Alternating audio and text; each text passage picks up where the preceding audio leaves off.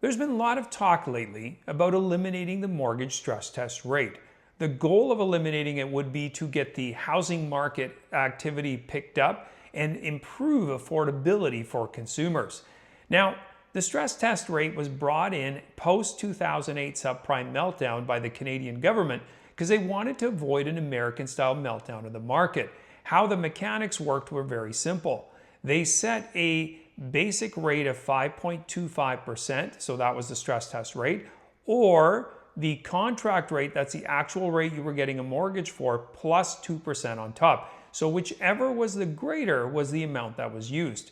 Now, during the COVID days when rates were historically low, almost everybody was qualifying at the 5.25%.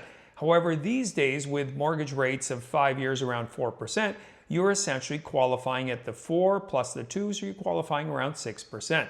Now, those who would like to see it gone altogether are saying, look, affordability is going to go up dramatically. Now, I'm a numbers guy, so I thought, let's take a look and see if that's true.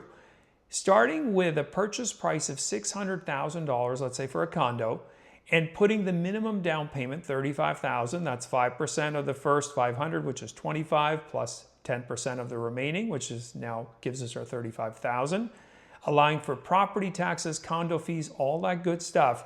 Today, right now, using a rate of 4.09 plus 2%, or so qualifying at 6.09% with a 30-year amortization, you've got basically an income requirement of around $125,000.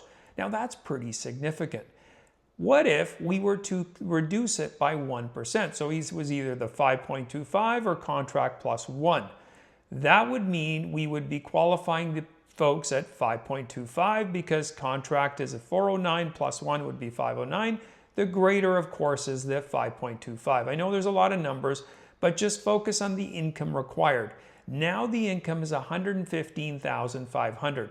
That's almost $10,000 less you need in qualifying income. Now, what if we were to eliminate it altogether? If there was no stress test and you were qualifying at 4.09, you need an income of $103,000. That is $22,000 less in income.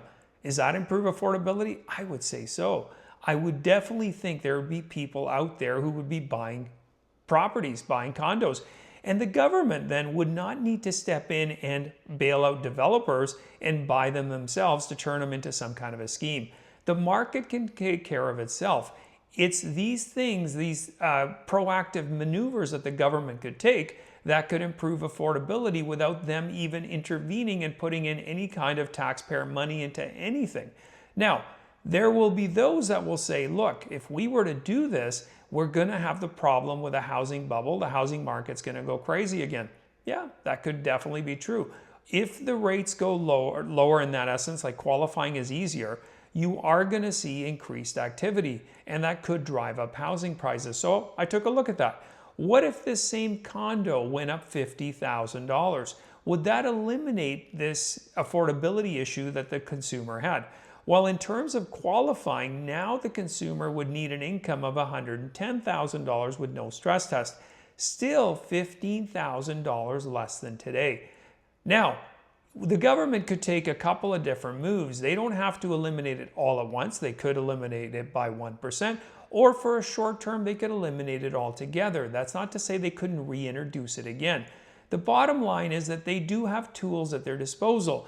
Unfortunately, they've already basically manipulated the market before by introducing this. And again, there has been benefits to it in the sense that if we didn't have any stress test during COVID, I mean, who knows where the prices would be. So there may be a case made for that it was a good reason to have the intervention. But just because it was a good policy then doesn't mean it has to remain in place forever. It can be revisited, and again, if it's eliminated for the short term, it can be reintroduced again. There is a myriad of ways that the government can get involved in the housing market without screwing it up altogether. So if you think this is a good idea, share it with your local MLA, your MPs, advocate for this, mention it to your friends. And that's the only way something's going to happen is squeaky wheel gets the grease, and if enough people decide this is the direction they'd like to go, we may see a modification or a change in it.